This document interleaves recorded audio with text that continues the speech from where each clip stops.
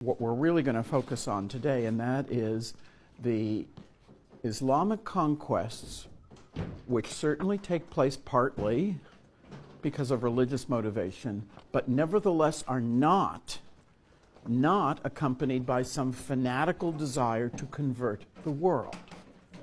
The Muslim conquests have to be understood in terms of religious motivation, but not in terms of a determination to wipe out Judaism and Christianity. What appears to be a paradox makes this era a little hard to understand, namely the paradox being that you would have such a rapid expansion of the Arabs and the religion that they carried, which eventually would extend from Spain to India, and at the same time that the Islamic population would be a minority in most of those conquered regions for centuries, that there is not a demand for the conversion of the population to Islam, and that although the conversion does take place in many, even most parts of this imperial caliphate, it doesn't take place immediately, and it doesn't take place under great pressure. I say apparent paradox because, in fact, the two things are different. The motivation provided by the religion to conquer does not necessarily mean that you require that everybody that you conquer embrace the religion. Indeed, in part, this is because, as Berkey emphasizes, the distinctiveness of the religion was not worked out it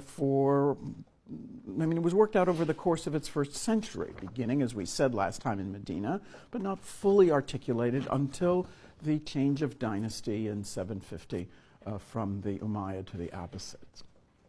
But the other reason is that there's no logical connection between conquest and conversion. It's perfectly possible to be a motivated conqueror and not to require that other people embrace your religion, and this is for reasons that we'll see. The other apparent paradox, and here, I think it really is sort of a paradox, is that the Islamic conquests are accompanied by internal division within Islam from 650 A.D. By the time of the Abbasid succession, that is a century later, these two parties can be identified as Sunni and Shiite. And you've read that, and you're aware that this continues to be a division that defines an awful lot of the Islamic world today.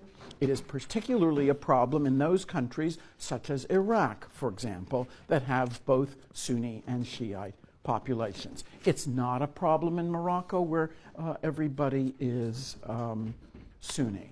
And it is less of a problem in contemporary Iran, where a very large majority is Shiite. But it is a